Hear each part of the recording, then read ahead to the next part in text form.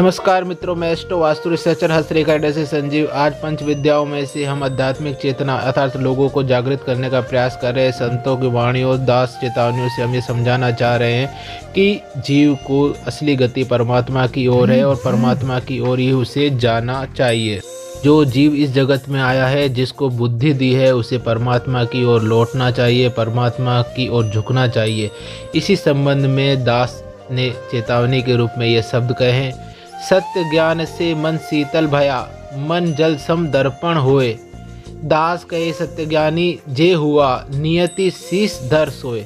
अर्थात यहाँ पर इसका शाब्दिक और आध्यात्मिक अर्थ हम आपको बताना चाहते हैं कि दास चेतावनी में कहते हैं कि सत्य ज्ञानी अर्थात सत्य ज्ञान वह ज्ञान, विद्या, रीति जो जीव को स्वयं को जानने हेतु, घट विराजे परमात्मा तक पहुँचने हेतु, उसे समझने हेतु तथा उस परम सत्ता, परम पुरुष या प्रकृति की ऊर्जाओं को अपनी ऊर्जाओं से मिलाने, आत्मसात करने और समझने की कला देती है, वही सत्य ज्ञान कहलाता है। और ऐसे गुरुजन सत्य ज्ञानी कहलाते हैं। उनका ज्ञान तत्व ज्ञान कहलाता है, सत्य ज्ञान कहलाता है। उस सत्य ज्ञान, तत्व ज्ञान, परम तत्व ज्ञान, प्रकृति ऊर्जा के ज्ञान से जीव अपनी पंच इंद्रियों काम, क्रोध, मोह, लोभ, धन को पूर्णतः नियंत्रित कर पाता है। वह नदी के जल के समान स्वच्छ व प्रतिबिंबित होकर दर्पण के समान उस पर से गंदगी अर्थात माया या मोह के आवरण जो दर्पण पर धुएं की तरह तथा नदी में अस्थायी गंदगी के रूप में जमा होता है, दूर करा पाता है या हटा पाता है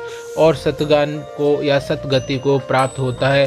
उस प्रथा, रीति, विधि, गति, पथ का अनुसरण करता हुआ नियति या काल या 84 जन्मों के फेर के स्वामी माया जाल अर्थात काल से भय मुक्त होकर हो जाता है, क्योंकि वह अर्थात काल भी सत्यज्ञानी और उसके शिष्य के समक्ष शीश धर के सोया रहता है। अर्थात सत्यज्ञानी या गुरु के समक्ष नतमस्तक होकर उनके आदेशों के बिना कुछ नहीं कर सकता और उसे वह जीव को वह परम गति की ओर जाने से नहीं रोक सकता, क्योंकि अंतिम सत्ता उसी सतगुरु पर ब्रह्म निरंकार की होती है, जहाँ काल का प्रवेश वर्जित होता है अर्थात सिर्फ और सिर्फ सत्ज्ञान होता है अर्थात रज और तम का क्षेत्र नहीं होता।